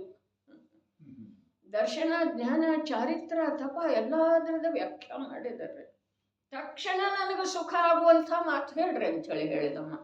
ಪ್ರಭಾಕರ ಭಟ್ಟ. ಅದಕ್ಕೆ ಇದೆಲ್ಲ ಹೇಳ್ತಾ ಇದ್ದಾರೆ ಆಚಾರ್ಯ ದೇವ. ಈ ಗಾಥಾ ನಂಬರ್ ಎಲ್ಲ ಓದೋದೇ ನೋಡ್ರಿ ನೀವು, ಅದನ್ನೊಂದು ಓದ್ರೆ ನಡೆಯೋದಿಲ್ಲ. ಇಲ್ಲಿ 151ರಿಂದ ಅದಾವ್ರಿ. ಮೂಲ ಗ್ರಂಥ ತಮ್ಮ ಕಡೆ ಇತ್ತು ಅಂತಂದ್ರೆ 2ನೇ ಮಹಾಧಿಕಾರ, ಇದ್ರೊಳಗೆ ಕಂಟಿನ್ಯೂ ಗಾಥಾ ಇದಾವ್ರಿ. ಅದ್ರೊಳಗೆ 2ನೇ ಮಹಾಧಿಕಾರದ ಮತ್ತು 1-2 ಇದು ಬರೀ ಗಾಥಾ ಇರೋದ್ರಿಂದ ಇಲ್ಲಿ ಅಧಿಕಾರ ವಿಭಾಗ ಇಲ್ಲ. ನಿಜ ಪರಗಳ ಶ್ರದ್ಧೆ ಮಾಡಿ ಪರಭಾವಗಳ ತೊರೆಯುವ ಆ ನಿಜ ಶುದ್ಧ ಭಾವವು ಏನ? ನಿಜ ಪರಗಳ ಶ್ರದ್ಧೆ ಮಾಡಿ ಪರಭಾವಗಳ ತೊರೆಯುವಂಥ, ಬಿಟ್ಟು ಬಿಡುವಂಥ ಯಾವ ನಿಜ ಶುದ್ಧ ಭಾವ ಇದೆಯಲ್ಲ, ಅದು ಜ್ಞಾನಿ ಪುರುಷರ ಚಾರಿತ್ರ. ಅದಕ್ಕೇನು ಓದಬೇಕಾಗಿದೆ? ಯಾರ ಹತ್ರ ಸಂಕಲ್ಪ ಮಾಡಬೇಕಾಗಿದೆ? ಪ್ರತಿಜ್ಞಾಪೂರ್ವಕ ಅಂಥೇಳಿನ ಅಲ್ಲಿ ಮುಂದೆ ಹೋಗಿ ಹೇಳಿದ್ರು. ವ್ರತಾವ್ರತಗಳ ಕುರಿತು ಪರಮಮುನಿಗೆ ರಾಗದ್ವೇಷವಿದೆ. ಮುಂದಿದೆ ಅದ ಯಾವ ಬೇಕಾದ ಗಾಥಾ ತಗೊಳ್ರಿ. ಪರಮಾತ್ಮ ಪ್ರಕಾಶ ಬಹಳ ಅದ್ಭುತ ಅದ್ಭುತ ಅದ್ಭುತ ದೋಹ. ಪರಮಾತ್ಮನ ಮಹಿಮೆ ಹೇಳಿದ್ದಾರೆ ಹೇಳಿದ್ದಾರೆ ಹೇಳಿದ್ದಾರೆ. ಹೇಳ್ತಾ ಹೇಳ್ತಾ ಹೇಳ್ತಾ ಸ್ವಯಂ ಪರಮಾತ್ಮನ ಅನುಭವ ಮಾಡಿದ್ದಾರೆ. ಕೇಳುವಂಥ ನಾವು ಕೂಡ ಆ ಪರಮಾತ್ಮನ ಮಹಿಮೆ ಮಾಡುವ ರೀತಿಯಲ್ಲಿ ಹೇಳಿದ್ದಾರೆ. ಅಷ್ಟ ಸರಳ, ಅಷ್ಟ ಸುಲಭ, ಮನಮುಟ್ಟುವ ಹಾಗೆ ತಲೆ ನೇವರಿಸ್ತಾ ನೇವರಿಸ್ತಾ ಹೇಳಿದ್ದಾರೆ.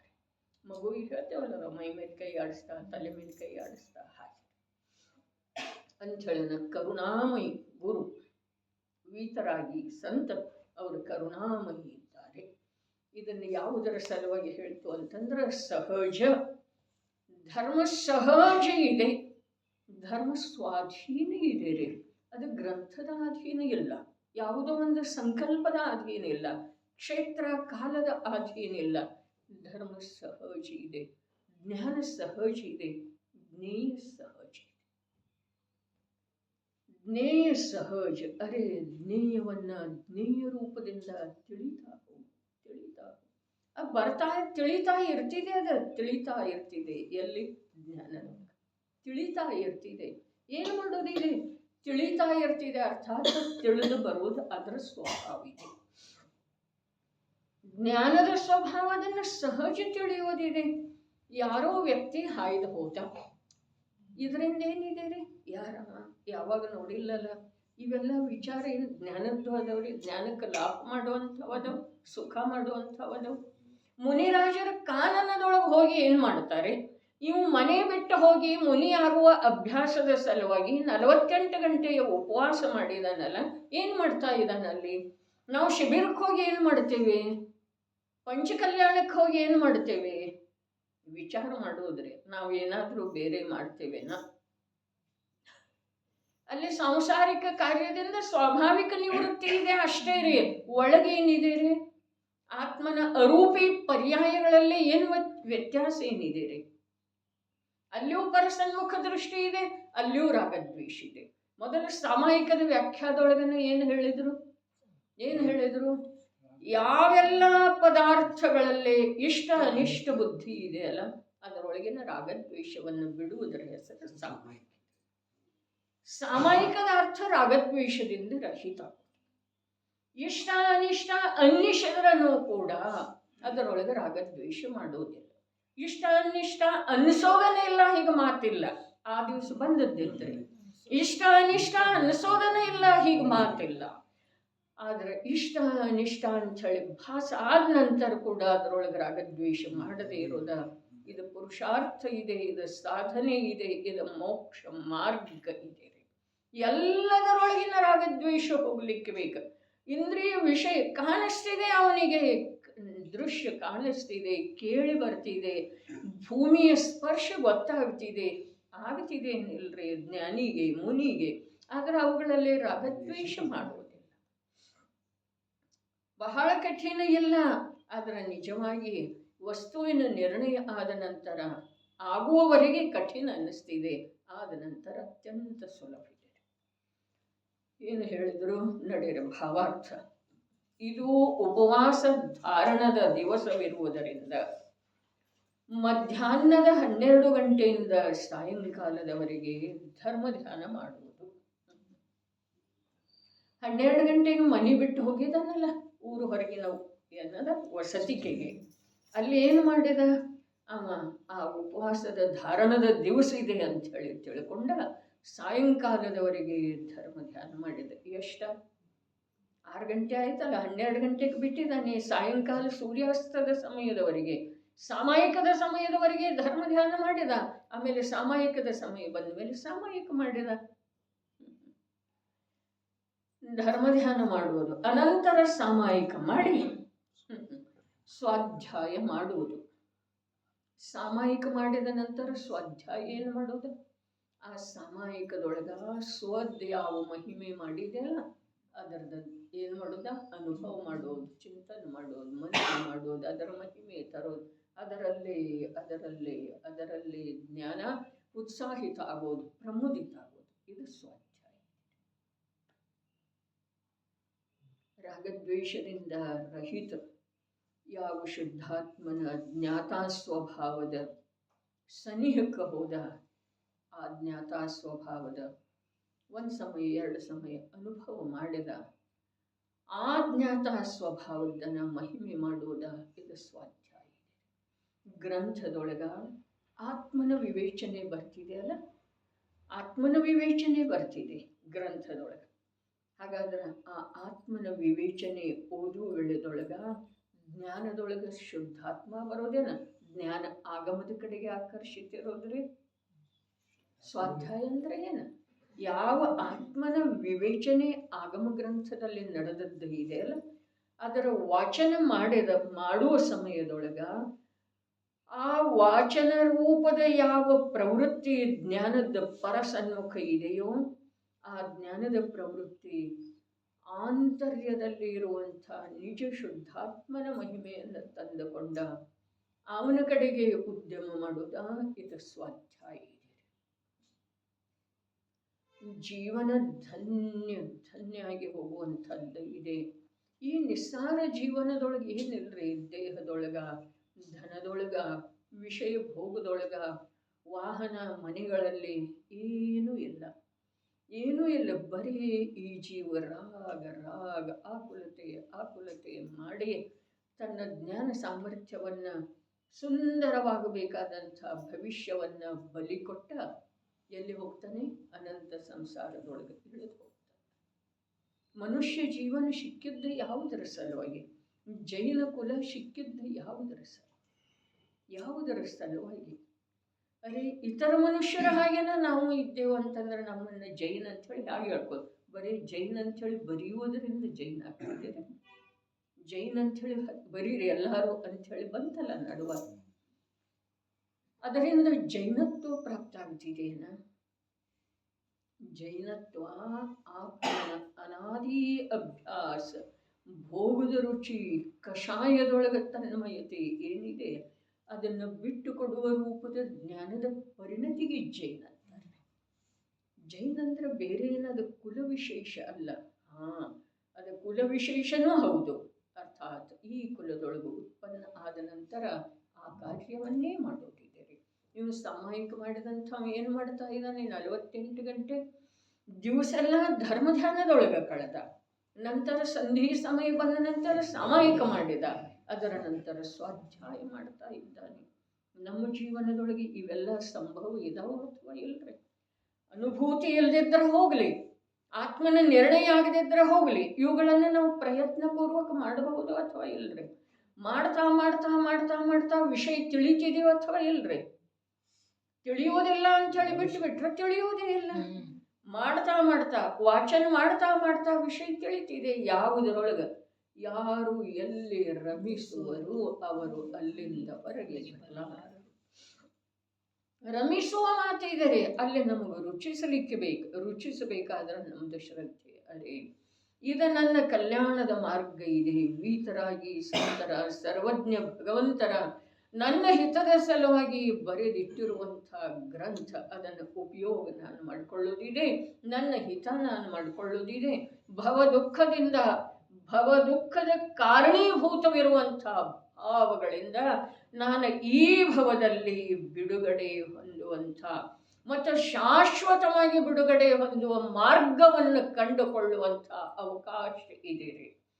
ಧನ ಗಳಿಸಲಿಲ್ಲ ಹೀಗಿಲ್ಲ, ಸುಂದರ ಶರೀರ ಸಿಗಲಿಲ್ಲ ಹೀಗಿಲ್ಲ, ದೀರ್ಘ ಆಯು ಸಿಗಲಿಲ್ಲ ಹೀಗೆಲ್ಲ, ಅನಂತ ಬಾರಿ ಸಿಕ್ಕಿದೆ. ಆದರೆ ಎಲ್ಲದಕ್ಕೂ ದಿ ಎಂಡ್ ಬರ್ತಿದೆ ರೀ. ಕೊನೆ ಬರೋದು ಕೊನೆ ರಹಿತ ಯಾವುದ್ರೆ ಇದೆ ಅಂತಂದ್ರೆ ಅದು ಅತೀಂದ್ರಿಯ ಆನಂದಮಯ ಅರೂಪಿ ಚಿನ್ಮಾತ್ರ ತತ್ವದ ರುಚಿ ಮತ್ತು ಅನುಭವ ಏನಿದೆ ಅದು ಒಂದೇ ಕೊನೆ ರಹಿತ ಇದೆ. ಅಂಚೆಯನ್ನು ಸಿದ್ಧರ ಸಾಧಿ ಅನಂತ ಕಾಲ ಕಳೆದರನ್ನು ಕೂಡ ಅವರಿಗೆ ಅದರಲ್ಲಿ ಬೇಸರನೂ ಬರುವುದಿಲ್ಲ ಮತ್ತು ಆ ಸುಖಕ್ಕೆ ಕೊನೆಯೂ ಬರುವುದಿಲ್ಲ. ಸ್ವಾಧ್ಯಾಯ ಮಾಡುವುದು, ನಂತರ ಶಯನ ಮಾಡುವುದು ಮತ್ತು ಯಥಾಶಕ್ತಿ ಬ್ರಹ್ಮಚರ್ಯ ವ್ರತದ ಪಾಲನೆ ಮಾಡುವುದು. ಇಲ್ಲಿ ಬ್ರಹ್ಮಚರ್ಯ ತರುವ ಅಗತ್ಯ ಏನಿರ್ತಾರೆ? ಭಾವಾರ್ಥಕಾರರ ಮೊದಲ ಹಿಂದಿನ ಶ್ಲೋಕದೊಳಗೆ ಹೇಳಿದ್ದೇ ರೀ, ಏನ ಹಿಂಸೆ ಮೊದಲಾದ 5 ಪಾಪಗಳನ್ನು ಪ್ರತಿಜ್ಞಾಪೂರ್ವಕ ತ್ಯಾಗ ಮಾಡ್ತಾನೆ. ಅದರಲ್ಲಿ ಅಬ್ರಹ್ಮದ ತ್ಯಾಗ ಆಗಿದೆಯೋ ಅಥವಾ ಇಲ್ಲರಿ? ಆಗಿದೆ. ಅದರ ನಂತರ ಇವು ವನದ ವಸತಿಕೆಯೊಳಗೆ ಹೋಗಿ ವಾಸ ಮಾಡುವಂಥ ಮುಂದಿನ ಹೆಜ್ಜೆ ಇದೆ ರೀ. ಹಾಗಾದರೆ ಇಲ್ಲಿ ಮತ್ತು ಇಷ್ಟೆಲ್ಲ ಕಾರ್ಯ ಮಾಡಿದ ನಂತರ, ಕಾರ್ಯ ಏನು ಮಾಡಿದ? ಉಪವಾಸ ಧಾರಣ ಮಾಡಿದ ನಂತರ ಆ ಹಗಲು ಮಧ್ಯಾಹ್ನದಿಂದ ಸಾಯಂಕಾಲದವರೆಗೆ ಧರ್ಮದಾನದೊಳಗೆ ಕಾಲ ವ್ಯತೀತ ಮಾಡಿದ.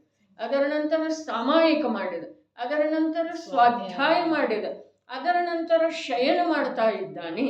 ಅಲ್ಲಿ ಅವನಿಗೆ ಶಯನ ಅರ್ಥಾತ್ ಸ್ವರೂಪದೊಳಗೆ ವಿಶ್ರಾಂತ, ಸ್ವರೂಪ ವಿಶ್ರಾಂತ ನಿಸ್ತರಂಗ ಹೇಳಿದಾರಲ್ಲೇ ಸಮಯಸಾರದೊಳಗೆ ಕಲಶ ಬರ್ತಿದೆ.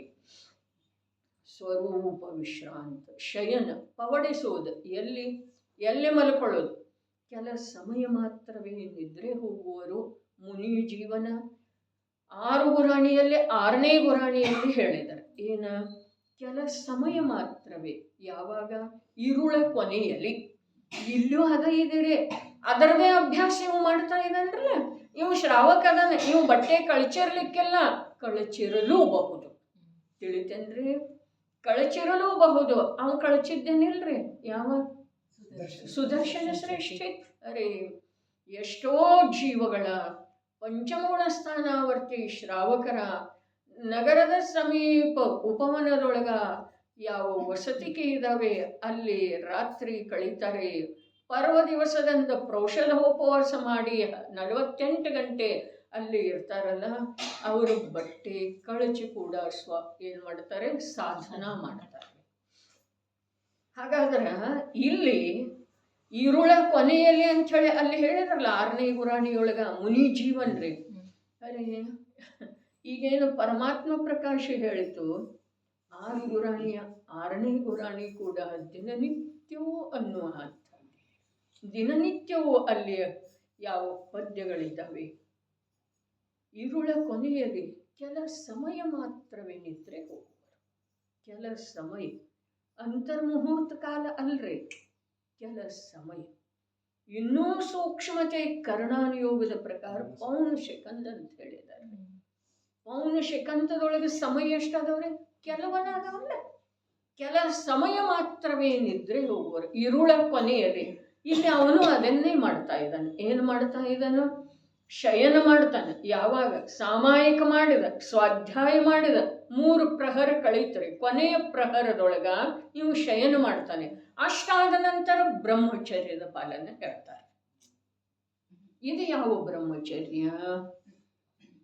ಅಲ್ಲಂತೂ ಅಬ್ರಹ್ಮದ ತ್ಯಾಗ ಹಿಂದೆ ಸಾಮಾಯಿಕ ವ್ರತದೊಳಗನ ಆದದ್ದು ಇದೆ ರೀ. ಇಲ್ಲಿ ಪ್ರೌಷಧೋಪವಾಸದೊಳಗ ಇದೇನಿದೆ? ಇದು ಶಿಕ್ಷಾವ್ರತ ಇದೆ ರೀ. ಪ್ರೌಷಧೋಪವಾಸ ಏನಿದೆ? ಶಿಕ್ಷಾವ್ರತ. ಯಾವುದರದ ಶಿಕ್ಷಾ? ಶಿಕ್ಷಣ ಯಾವುದರದ? ಅರೆ ಮುನಿ ಜೀವನ. ಗೃಹಸ್ಥ ಇರುವೆಳೆದೊಳಗ ಮುನಿ ಜೀವನದ ಶಿಕ್ಷಣ ಪ್ರಾಪ್ತ ಮಾಡ್ಕೊಳ್ಳೋದು ಯಾರು ಕೊಡ್ತಾ ಇದ್ದಾರೆ? ತಾನೇ ಅಂತರಾತ್ಮ. ಆತ್ಮನ ಗುರು ಆತ್ಮ ಅಂತ ಹೇಳಿ ಹೇಳಿದ್ರಲ್ಲ. ಆತ್ಮನ ಗುರು ಆತ್ಮ. ಅರೆ ಅನ್ಯ ಗುರುವಿನ ಅನ್ವೇಷಣೆ ಇದೇ ಪರಮಾತ್ಮ ಪ್ರಕಾಶ ಏನು ಹೀಗೆ ಹೇಳಿದಾರಲ್ಲ. ಅನ್ಯ ತೀರ್ಥಕ್ಕೆ ಹೋಗದಿರು, ಅನ್ಯ ಗುರುವನ್ನು ಭಜಿಸದಿರು ಎಲ್ಲ ಹೇಳಿದಾರ್ರೆ. ಅನ್ಯ ತೀರ್ಥಕ್ಕೆ ಹೋಗಬೇಡ, ನಿಜ ತೀರ್ಥ ಒಳಗಿದೆ. ಅಲ್ಲಿ ಹೋದ ನಂತರ ಕೂಡ ಇದನ್ನು ನೋಡ್ಲಿಲ್ಲ ಅಂತಂದ್ರೆ ಅದು ತೀರ್ಥನ ಅಲ್ಲ. ಅದೇನಾಯ್ತು ಭ್ರಮಣದ ಕ್ಷೇತ್ರ ಐತ್ರಿ. ಭ್ರಮಣ, ಪರಿಭ್ರಮಣ. ಅರೆ, ಯಾವುದರ ಸಲುವಾಗಿ ಪರಿಭ್ರಮಣ ಮಾಡುವುದಿದೆ? ಭ್ರಮಣವನ್ನು ನಿಲ್ಲಿಸುವ ಸಲುವಾಗಿ ತೀರ್ಥಯಾತ್ರೆ ಇದೆ. ಭ್ರಮಣವನ್ನ ನಿಲ್ಲಿಸುವ ಸಲುವಾಗಿ ತೀರ್ಥಯಾತ್ರೆ. ತೀರ್ಥ ಯಾವುದ? ತಾರೈತಿ ಇತಿ ತೀರ್ಥ. ಯಾವುದು ಭವಸಾಗರವನ್ನು ದಾಟಿಸ್ತಿದೆಯೋ ಅದು ತೀರ್ಥ ಇದೆ ರೀ. ಸಮ್ಮೇರಗಿರಿ ಏನು ಗಿರಿನಾರಗಿರಿ? ಯಾವುದ್ರಿ? ನಿಜ ಶುದ್ಧಾತ್ಮ. ಅವನಾಶ್ರಯ ಮಾಡುವುದರಿಂದ ಪರಿಣಾಮ ಏನಾಗ್ತಿದೆ? ಬಂಧರಹಿತ ಆಗ್ತಿದೆ, ಅರ್ಥಾತ್ ಮುಳುಗುವುದಿಲ್ಲ ಭವಸಾಗರದಲ್ಲಿ. ಇಲ್ಲಿ ಯಾವ ಬ್ರಹ್ಮಚರ್ಯ ಬಂತರೆ? ಹಾಗಾದ್ರೆ ಯಾವ ಬ್ರಹ್ಮಚರ್ಯ? ಏನು ಹೇಳಿದರು? ಯಥಾಶಕ್ತಿ ಬ್ರಹ್ಮಚರ್ಯ ವ್ರತದ ಪಾಲನೆ ಮಾಡುವುದು.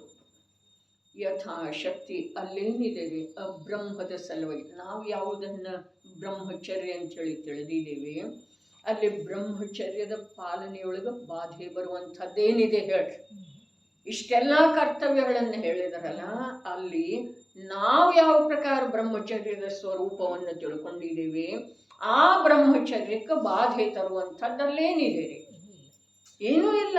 ಹಾಗಾದರೆ ನಾವು ತಿಳ್ಕೊಂಡಿರುವಂಥ ಬ್ರಹ್ಮಚರ್ಯ ಅದನ್ನು ನಿಜವಾದ ಮುನಿರಾಜರ ಅಥವಾ ಜೈನ ದರ್ಶನದೊಳಗ ಪ್ರಯೋಗಿಸಲ್ಪಟ್ಟಿರುವ ಶಬ್ದದ ವಾಚ್ಯ ರೂಪದ ಅರ್ಥ ಬೇರೆ ಇದೆ. ಹಾಗಾದರೆ ಅದೇನಿದೆ? ಬ್ರಹ್ಮಸ್ವರೂಪಿಯಾದಂಥ ಆತ್ಮನಲ್ಲಿ ಯಥಾಶಕ್ತಿ ಏನು ಮಾಡೋದ? ಚರಿಸುವ, ವಿಹರಿಸುವ, ಕ್ರೀಡಿಸುವ, ರಮಿಸುವ ಪ್ರಯತ್ನ ಮಾಡೋದ್ರಿ. ಯಾವಾಗ? ಇವೆಲ್ಲ ಕಾರ್ಯ ಮಾಡಿದ ನಂತರ. ಧರ್ಮಧ್ಯಾನ ಆಯ್ತು, ಸಾಮಾಯಿಕ ಆಯ್ತು, ಸ್ವಾಧ್ಯಾಯ ಆಯ್ತು. ಇವೆಲ್ಲ ಕಾರ್ಯ ಮಾಡಿದ ನಂತರ ಆ ಆತ್ಮನಲ್ಲೇ ಉಳಿಯುವ ಪ್ರಯತ್ನ, ಯಥಾಶಕ್ತಿ ಉಳಿಯೋದಂತ ಹೇಳ್ತಾ ಇದ್ದಾರೆ. ಹಾಗಾದ್ರೆ ಶಯನ ಎಲ್ಲಿ ಮಾಡೋದ? ಶಯನ ಶರೀರ ಮಾಡ್ತಿದೆ, ಮಲ್ಕೊಳ್ತಿದೆ. ಯಾವುದು? ಶರೀರ ರೀ. ಅವೇನು ಮಾಡ್ತಾನ್ರಿ? ಅವ ಬ್ರಹ್ಮಚರ್ಯದ ಪಾಲನೆ ಮಾಡ್ತಾನೆ. ಇದು ಮುನಿ ಜೀವನದ ಅಭ್ಯಾಸ ಇದೆ ರೀ. ಇಡೀ ದಿವಸ ವಿಷಯ ಕಷಾಯದೊಳಗ ಪ್ರವೃತ್ತಿ ಮಾಡೋದ, ಮತ್ತು ರಾತ್ರಿಯ ಸಮಯದೊಳಗ ಶವದ ಹಾಗೆ ಬಿದ್ದುಕೊಳ್ಳೋದ, ಇದು ಮನುಷ್ಯನ ಜೀವನ ಅಲ್ರಿ. ಭರತೇಶನ ವೈಭವದೊಳಗೆ ರತ್ನಾಕರ ವರ್ಣಿ ಏನು ಹೇಳಿದ್ರು? ಧ್ಯಾನಕ್ಕೆ ನಿಲ್ತಿದ್ದ 96,000 ಪತ್ನಿಯರ ಜೊತೆಗೆ ಭೋಗ ಭೋಷದ ನಂತರ ಅವೆಲ್ಲ ಹೆಣ್ಣುಗಳೇನದವು ಅವ ನಿಶ್ಚೇಷ್ಟು ಬೀಳ್ತಿತ್ತು. ಇವು ಧ್ಯಾನಕ್ಕೆ ನಿಲ್ಲುತ್ತಿದ್ದ. ಹೇಗೆ? ಶರೀರದ ಪರಿವೆಯನ್ನು ಬಿಟ್ಟು. ಭೋಗದ ರಸ ಅಂತೂ ಇಲ್ಲವೇ ಇಲ್ಲ, ಭೋಗದ ಆಯಾಸನೂ ಇಲ್ಲ.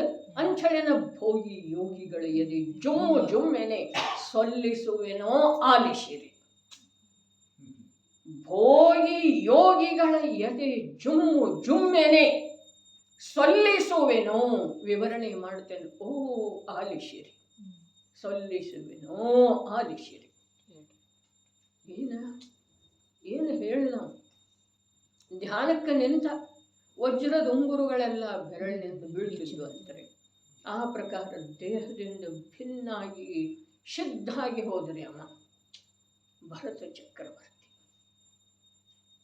ಭೋಗ ಭೋಗಿಸಿದ ನಂತರ ಅರೆ ರಸನೇಂದ್ರಿಯದ ಭೋಗ, ಭೋಜನ ಬೇರೆ ಇದೆ, ರಸನೇಂದ್ರಿಯದ ಭೋಗ ಬೇರೆ ಇದೆ ರೀ. ರಸನೇಂದ್ರಿಯದ ಭೋಗವನ್ನು ಭೋಜನದೊಳಗೆ ಯಾವ ಭೋಗಿಸ್ತಾನೋ, ಅರೆ ರೇ ಏನು ಹೇಳಿತು? ರಸನೇಂದ್ರಿಯದ ಭೋಗವನ್ನ ಭೋಜನದೊಳಗೆ ಯಾವ ಭೋಗಿಸ್ತಾನೋ ಅವನಿಗೆ ಆಯಾಸ ಆಗ್ತಿದೆ. ಸತ್ಯ ಇದೆ. ರಸನೇಂದ್ರಿಯವನ್ನ ಸಾಯಿಸಿ ಯಾವ ಭೋಜನ ಮಾಡ್ತಾನೋ ಅವನಿಗೆ ಆಯಾಸ ಆಗೋ ಪ್ರಶ್ನೆ ಇಲ್ಲ.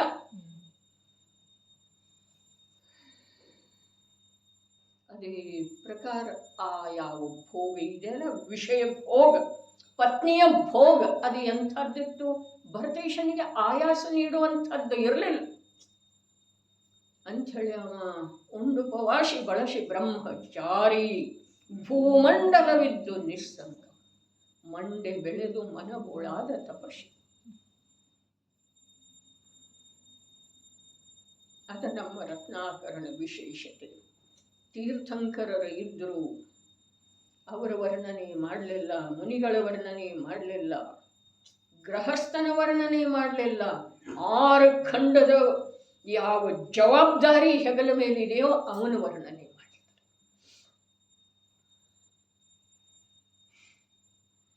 ಇಲ್ಲಿ ಬ್ರಹ್ಮಚರ್ಯ ಯಾವುದು? ಈ ಧರ್ಮ ಧ್ಯಾನದ ಮೂಲಕ, ಸಾಮಾಯಿಕದ ಮೂಲಕ, ಸ್ವಾಧ್ಯಾಯದ ಮೂಲಕ ಯಾವ ಬ್ರಹ್ಮಸ್ವರೂಪಿ ಆತ್ಮನ ಮಹಿಮೆ ಮಹಿಮೆ ಮಹಿಮೆ ಬಂದಿದೆಯೋ ಆ ಆತ್ಮನಲ್ಲೇ ವಿಹರಿಸುವ, ರಮಿಸುವ, ಕ್ರೀಡಿಸುವ ಕಾರ್ಯ ಮಾಡ್ತಾ ಇದ್ದಾನೆ. ಶರೀರ ಮಲ್ಕೊಂಡದ್ದಿದೆ. ಯಾವಾಗ ನಿದ್ರಾ ಕರ್ಮದ ಉದಯ ಬರ್ತಿದೆಯೋ ಗೊತ್ತಿಲ್ಲ, ಬಂದ್ರೂ ಅದರ ಕಾರ್ಯ ಉದಯದೊಳಗಿದೆ ರೇ. ಇದು ಮುಂದಿನ ಮಾತು. ಇದು ಜೈನ ದರ್ಶನದ ಸೂಕ್ಷ್ಮ ರಹಸ್ಯ. ಉದಯದೊಳಗಿದೆ, ಜ್ಞಾನದೊಳಗಿದೆ. ಉದಯ ಜ್ಞಾನಕ್ಕೇನು ಮಾಡುವುದಿಲ್ಲ. ಜ್ಞಾನ ಆತ್ಮನನ್ನ ನಂಬಿ, ಅರೆ ಆತ್ಮನಲ್ಲೇ ಏಕಾಗ್ರ ಆಗಿರುವಳೆದೊಳಗ ಅತೀಂದ್ರಿಯ ಸುಖ, ನಿರಾಕುಲ ಸುಖದ ಸ್ಥಾನದಲ್ಲಿ ನಿಸ್ಪಂದನ ರೂಪದಿಂದ ವರ್ತಿಸ್ತಾ ಇರುವಳೆದೊಳಗ ಕರ್ಮದ ಉದಯ ಅವನಿಗೇನು ಮಾಡುತ್ತಿದೆ? ಮಾತು ಹೀಗಿದೆ. ಉದಯ ಅರ್ಥಾತ್ ನಿದ್ರಾ ಕರ್ಮದ ಉದಯ ಕೂಡ ಅಲ್ಲಿ ಅವನಿಗೇನು ಮಾಡೋದಿಲ್ಲ. ನಿದ್ರೆ ಬರುವುದಿಲ್ಲನ, ನಿದ್ರೆ ಬಂದ್ರೆ ಬಂದಿರ್ತಿದೆ. ಆದರೆ ಜ್ಞಾನದೊಳಗೆ ಕಾರ್ಯ ಮಾಡ್ತಾ ಇರ್ತಿದೆ. ಅಜ್ಞಾನಿ ಜೀವದ್ದು ಕೂಡ ಜ್ಞಾನ ನಿದ್ರೆ ವಶ ಆಗಿರೋದಿಲ್ಲ ಅಂಥೇಳಿನ ಕನಸು ಬಿದ್ದದ್ದ ಎಚ್ಚರ ಆದ್ಮೇಲೆ ನೆನಪಿರ್ತಿದೆ. ನಿದ್ರೆ ಗಾಢ ನಿದ್ರೆ ಹತ್ತಿದ್ದ ಎಚ್ಚರ ಆದ್ಮೇಲೆ ಹೇಳ್ತಾನೆ, ಇವತ್ತು ನನಗೆ ಭಾಳ ಗಾಢ ನಿದ್ರೆ. ನೀವೇನು ಮಾತಾಡಿದ್ರೆ ಗೊತ್ತೇ ಆಗಲಿಲ್ಲ. ಅದು ಯಾರು ಹೇಳಿದ್ರಿ? ಅದು ಜ್ಞಾನ ಹೇಳಿದ್ರಿ. ಅಜ್ಞಾನಿಗೆ ಕೂಡ ನಿದ್ರಾವಸ್ಥೆಯೊಳಗ ಜ್ಞಾನವನ್ನ ಅದ ಮೋಹಿತಗೊಳಿಸುವಂಥ ಅಥವಾ ನಿಷ್ಕ್ರಿಯಗೊಳಿಸುವಂಥ ಸಾಮರ್ಥ್ಯ ನಿದ್ರೆಗೆ ಇಲ್ಲ. ಹಾಗಾದ್ರೆ ಆ ಸಾಧಕ ಪುರುಷ ಪವಡಿಸ್ತಾನೆ, ಮಲ್ಕೊಂಡಿದ್ದಾನೆ, ಶಯನ ಮಾಡ್ತಾ ಇದ್ದಾನೆ. ಆದರೆ ಬ್ರಹ್ಮಚರ್ಯದ ಪಾಲನೆ. ಇದು ಮುನಿ ಜೀವನದ ಅಭ್ಯಾಸ ಇದೆ. ಹಾಗಾದ್ರೆ ಮುನಿ ಜೀವನ ಎಷ್ಟು ಭವ್ಯ, ಎಷ್ಟು ಸುಂದರ, ಎಷ್ಟು ನಿರಪೇಕ್ಷ, ಎಷ್ಟು ನಿರಾಲಂಬರಿ. ಸಂಸಾರದಿಂದ, ಕರ್ಮದ ಉದಯದಿಂದ, ದೇಹದಿಂದ, ಹಸಿವೆಯಿಂದ, ಬಾಯಾರಿಕೆಯಿಂದ, ನಿದ್ರೆಯಿಂದ ಎಷ್ಟು ನಿರಪೇಕ್ಷ ಇದೆ ರೀ ಆ ಮುನಿ ಜೀವನ. ಯಾವುದರ ಸಲುವಾಗಿ ಅವರದ್ದು ಜೀವನ ಇದೆ? ಬರೀ ಆ ಶುದ್ಧಾತ್ಮನಲ್ಲಿ, ಆ ನಿಜಾತ್ಮನಲ್ಲಿ, ಆ ಅರೂಪಿ ಚಿನ್ಮಾತ್ರ ಸ್ವಭಾವದಲ್ಲಿ ಉಪಯೋಗವನ್ನು ಒಂದುಗೊಳಿಸುವುದು ಒಂದೇ ಅಂಥೇಳಿನ ಶುದ್ಧೋಪಯೋಗ ರೂಪ ಮುನಿ ಧರ್ಮ का अंगीकार करके निज स्वभाव साधन द्वारा 4 घाती कर्मों का नाश करके अनंत चतुष्टय रूप विराजमान हुए है. ಮನೆ ಬಿಟ್ಟ ಅರ್ಹಂತಾದರೆ ಸಾಮಾನ್ಯ ಮಾತಿದೆ, ಸಾಮಾನ್ಯ ಮಾತಿಲ್ಲ. ಆದ್ರೆ ಅಸಾಮಾನ್ಯ ಅಭ್ಯಾಸ ಇಲ್ಲಿ ಆದದ್ದೇ ಇದೆ. ಅಸಾಮಾನ್ಯ, ಯಾರಿಗೂ ಬರೋ ಸಾಧ್ಯ ಇಲ್ಲ, ಎಲ್ರಿಗೂ ಬರೋ ಸಾಧ್ಯ ಇಲ್ಲ ಅಂಥ ಅಭ್ಯಾಸ ಇಲ್ಲಿ ಮನೆಯಲ್ಲಿ ಆದದ್ದಿದೆ. ಭೋಗದ ಸಮಯದೊಳಗೆ ಆದದ್ದೇ ಇದೆ. ಭೋಗದ ಸಮಯದೊಳಗರೆ ಅಂಥೇಳಿನ ತಿನ್ನು ವೇಳೆದೊಳಗ ತಿನ್ನುವುದಿಲ್ಲ, ನೋಡಿದರೂ ಸಹ ನೋಡುವುದಿಲ್ಲ, ನುಡಿದರು ಚಿದ್ಗುಣಾನ್ನವನ್ನು ಉಣಿಸ್ತಾ ಇದ್ದಂಥ ಆತ್ಮನಿಗೆ ಭರತೇಶನ ಮಾತನ್ನ ಹೇಳ್ತಾರೆ. ಚಿದ್ಗುಣಾನ್ನವನ್ನು ಉಣಿಸ್ತಾ ಇದ್ದ. ಹೊರಗಡೆ ದೇಹ ತನ್ನ ಆಹಾರವನ್ನು ತಾನು ಗ್ರಹಣ ಮಾಡುತ್ತಿತ್ತು. ಆತ್ಮನ ಇಚ್ಛೆಯಿಂದ ಆಹಾರ ಗ್ರಹಣ ಆಗ್ತಿದೆ ಅಂದರೆ ದೇಹದ ಸಾಮರ್ಥ್ಯದಿಂದರೆ.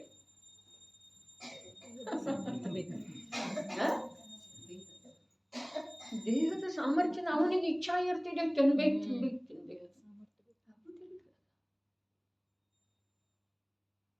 ಯಾವುದು ದೇಹಕ್ಕೆ ಆಗುವುದಿಲ್ಲಲ್ಲ ಅದನ್ನು ತಿನ್ನುವ ಇಚ್ಛೆ ಇರ್ತಿದೆ. ಆದರೆ ದೇಹ ಅದರದ ತಿರಸ್ಕಾರ ಮಾಡಿಬಿಡ್ತಿದೆ, ಅದನ್ನು ದೂರ ಎಸೆದು ಬಿಡ್ತಿದೆ ಆ ಇಚ್ಛೆಯನ್ನು. ಆದರೂ ಈ ಮೂಢ ಜೀವದ ಇಚ್ಛೆಗೆ ಕೊನೆ ಬರುವುದೇ ಇಲ್ಲ.